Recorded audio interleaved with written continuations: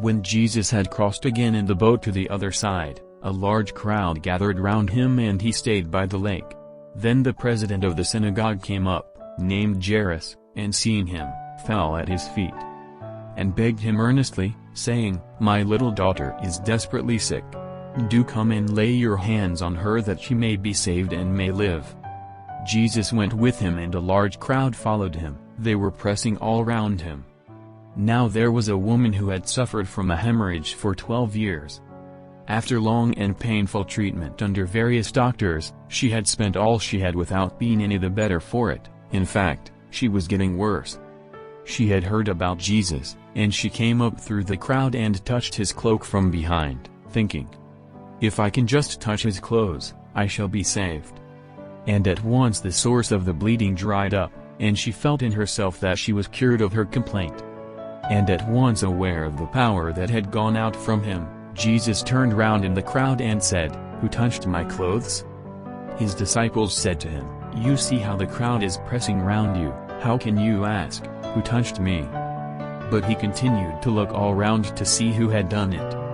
Then the woman came forward, frightened and trembling because she knew what had happened to her, and she fell at his feet and told him the whole truth.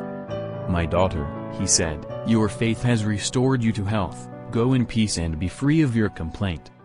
While he was still speaking, some people arrived from the house of the president of the synagogue to say, "Your daughter is dead, why put the master to any further trouble?"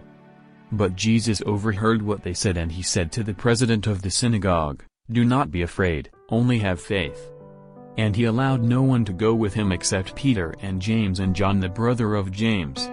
So they came to the house of the president of the synagogue, and Jesus noticed all the commotion, with people weeping and wailing unrestrainedly.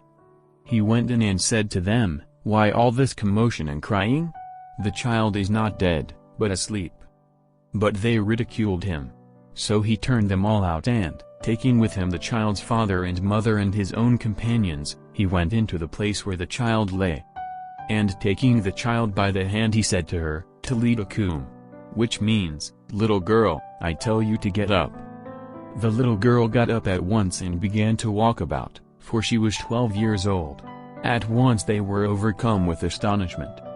And he gave them strict orders not to let anyone know about it, and told them to give her something to eat.